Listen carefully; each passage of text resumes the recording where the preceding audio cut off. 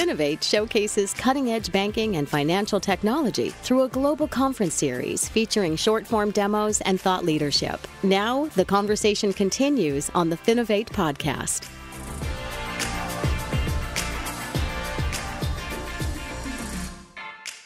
Hey, and welcome to the Finovate podcast. Joining me today, we have Eric Fulwiler, co-founder and CEO of Ryvyl. Eric, thank you so much for taking the time. Thanks so much for having me, Greg. And even in the just like couple minutes of getting to know each other before we press record, I'm excited about this one and learning that it's only 15 minutes. I think that's going to be the hardest part, trying to pack it all in.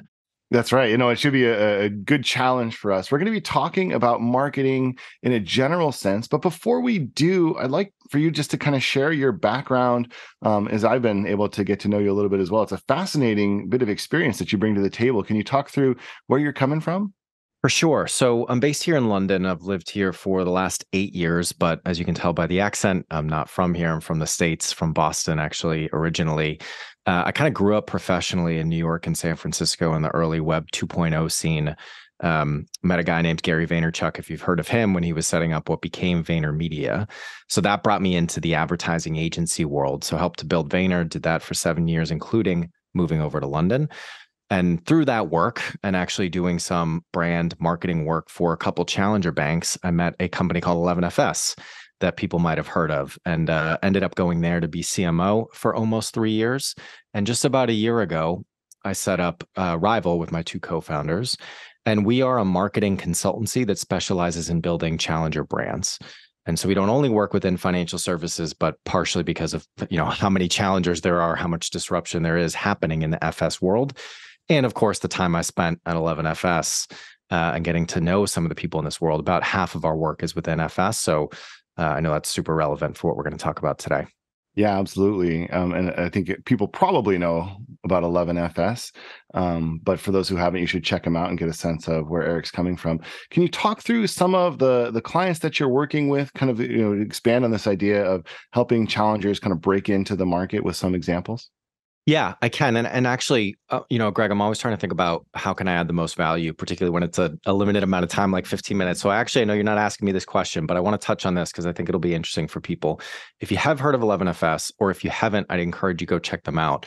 It really represents, and obviously they were doing a lot of this before I got there, but I'm proud to say that, it helped to scale it.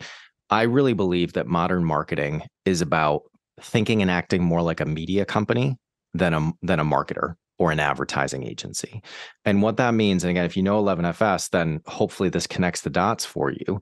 In my time as CMO there, and actually in a lot of the work that we do as Ryvyl, I think that the heart marketing at the end of the day is about shifting perception and behavior to drive growth of your business. And so the story you tell people, of course, matters, but actually the hardest thing is actually getting and retaining people's attention. And if you think about, well, what are the businesses that are in the business of attention? Those are media companies.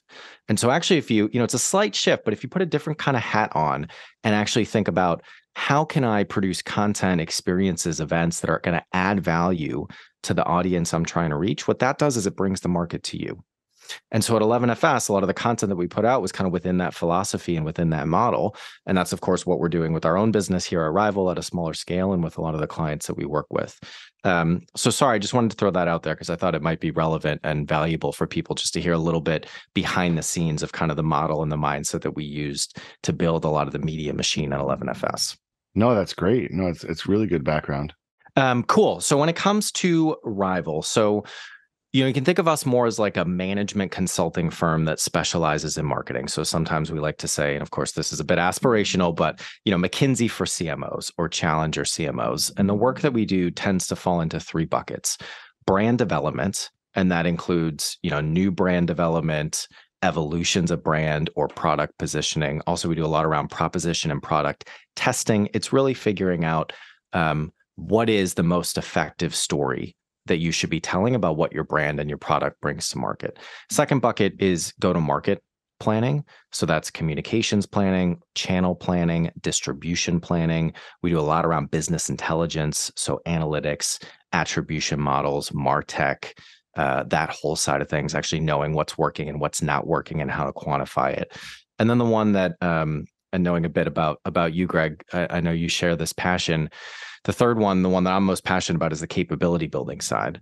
Because at the end of the day, the best strategy, the newest technology doesn't matter if you don't have the right people set up in the right way to actually deliver it and execute on it. So we do a lot of training, we do a lot of organizational design. And to be honest, it's kind of the red thread throughout everything that we do. So a couple examples of what we've done. Again, we only launched the business about a year ago, but we're up to about 15 people now. We've done work for about 30 clients over the course of that time. And it's kind of either challengers. So we built a new bank from scratch in South Africa. We're working with the challenger bank out of Turkey right now that's coming to Europe. We're working with RTGS Global, which is kind of a next generation cross-border bank-to-bank settlement business that I think is really exciting. I mentioned Autobooks and the team over there that we've done some work with. On the other side of the spectrum, where I think there's also a lot of opportunity, is actually incumbents that want to think and act like challengers. So we've done some work for a very large insurance company that's multinational that you definitely would have heard of. We've done some work for a very, very traditional but very well-known private wealth management Swiss bank as well. We've done some work in insurance. So for us, it really comes down to, one, the culture fit, because there's the brand of this bank or this organization, then there's actually the people that you get to work with. And that's the most important thing for the quality of the work that you do. And let's be honest, how much you enjoy it. But then there's, what are they looking to do?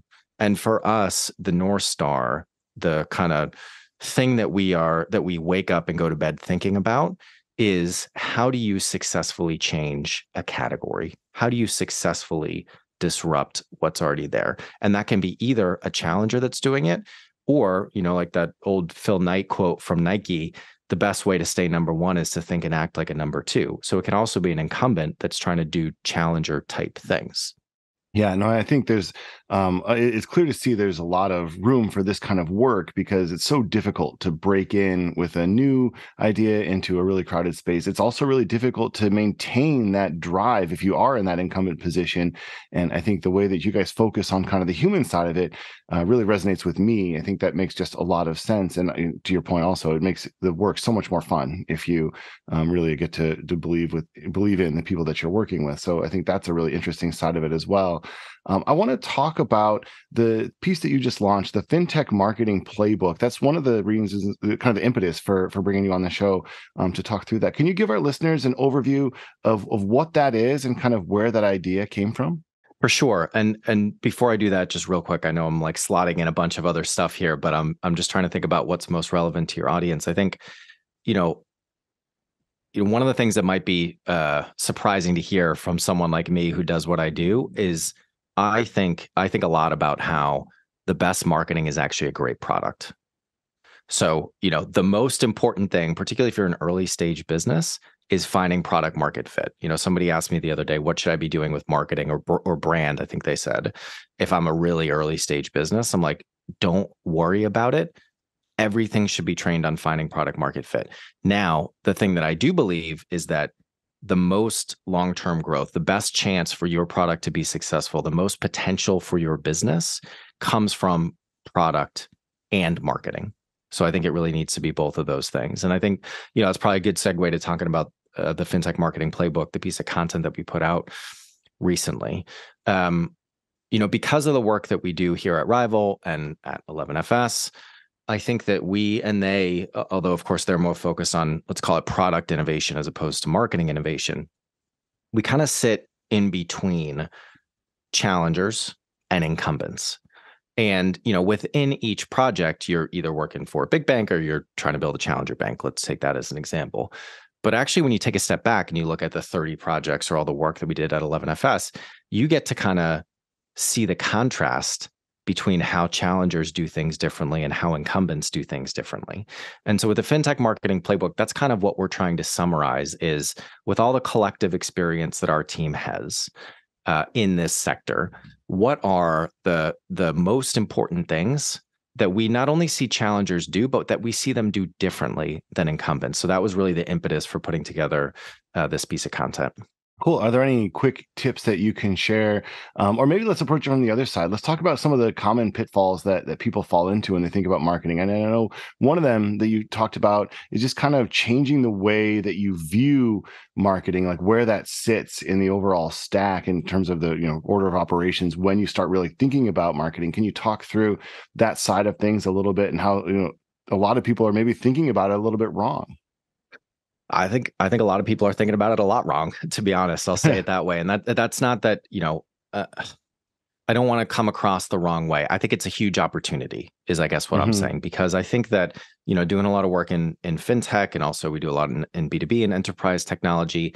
I think there's a lot of organizations that are maybe more product or engineering led. And everything that I said before about how the best marketing is a great product still stands. However, what that means is that I see a lot of organizations that are thinking about marketing as advertising. And to me, the difference is advertising is the communication that you bring to market. That's kind of like the tip of the iceberg when it comes to marketing overall. What sits below the surface is the stuff that I think is most important, that's so much more foundational to maximizing the growth of your business. And that to me, the way that I think about it, not to kind of mix metaphors with icebergs and other things here, but here we go, is I think that marketing fundamentally is the bridge between the value that your product has the potential to deliver and the needs that are in the market. And so, for example, when I joined 11FS and Jason Bates, he was one of the co-founders at Monzo and Starling, successful challenger banks over here. And there was kind of this conversation in the, in the Kool-Aid, the water cooler within the fintech world of like how Monzo, Starling, these fintech brands, they didn't do marketing. And what they meant by that is like, they didn't have TV campaigns and they didn't have billboards in the tube stops. But I was like, they're doing marketing. They're just building the bridge. They are building community. They are building buzz and anticipation and exclusivity with a golden ticket, friend referral access. They're building, I think it's called forum.monzo.com or something like that they set up very early on that let people actually give feedback about product development and features that they wanted to see. So they thought about marketing as product market fit is the most important thing. How can marketing actually bring the customer into the organization and into the product roadmap, not just bring the product to the customer, which of course, that promotion, if you think about the 4 Ps or that communication aspect of it is of course essential, but it's so much broader than that, going back to the iceberg metaphor. Yeah, and I think one of the things that really resonated with me there is the idea of a community, right? I think so much of a successful brand really does feel like it's a community. And we know from experience that this is what customers, particularly younger customers, are looking for out of the brands that they engage with. They want to feel like those brands represent something that speaks to themselves, that they're part of a community of people who are not necessarily similar to themselves, but who believe in the same kinds of things of themselves as they do.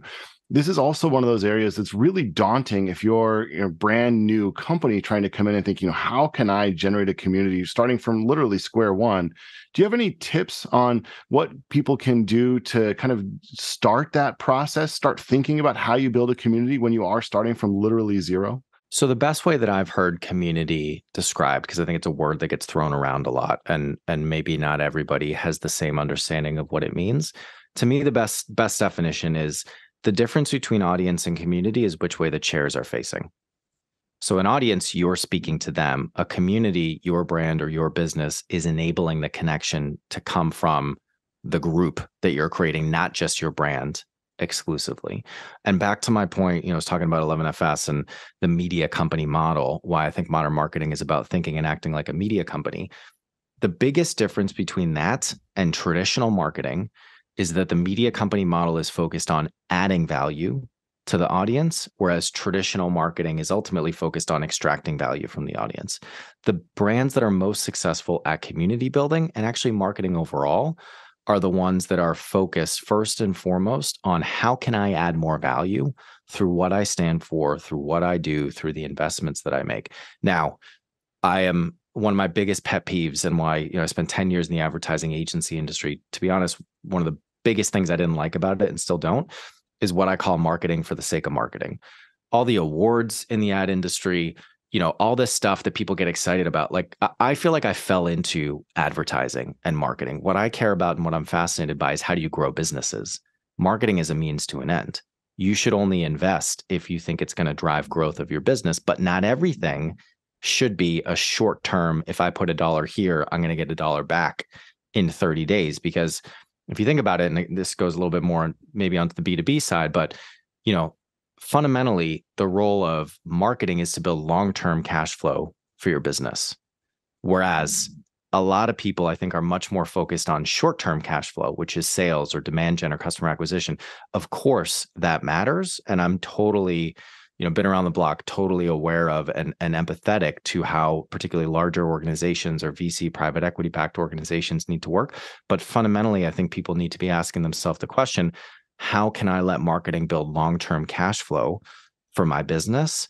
And that's where the value, how do I add value question comes in. But if you look at any of the examples of communities that have been successful, it really comes back to brands that are willing and able to invest in creating value through not only what they do, but also the connection that they create around their brand.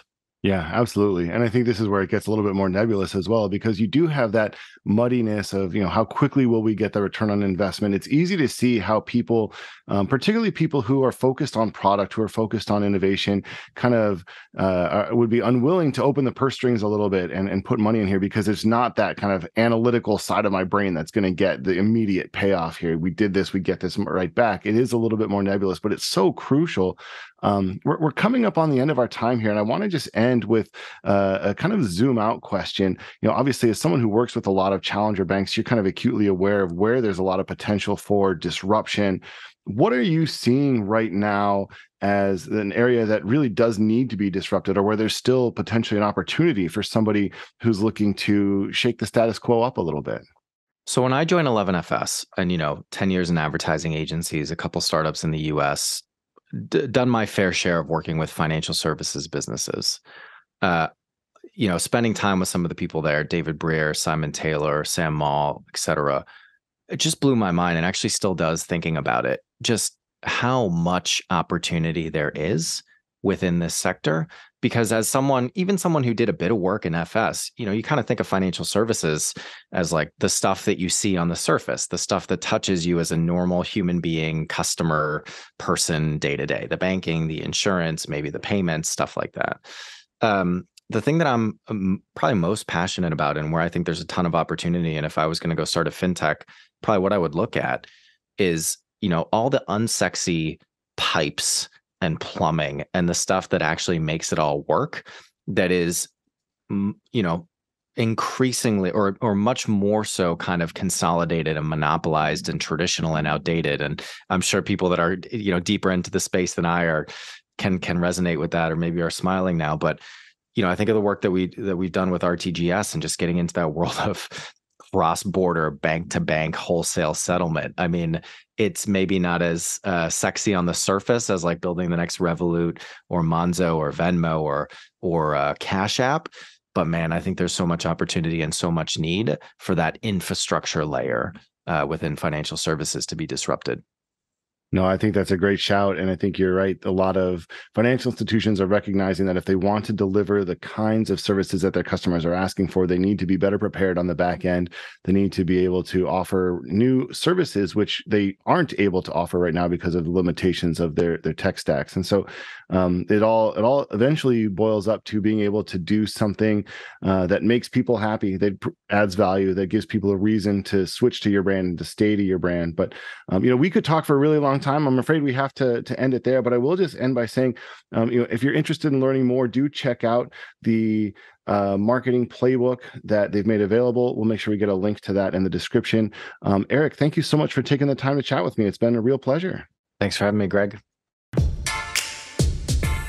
The Finovate podcast is produced by Informa Connect in association with Provoke.fm Media. Check out Finovate.com for information on Finovate's upcoming shows and to learn how you can get involved. The discount code Finovate Podcast will save you 20% on tickets to all of our events. And you can email us at info@finovate.com for information on sponsoring, speaking, or demoing. Thanks for listening.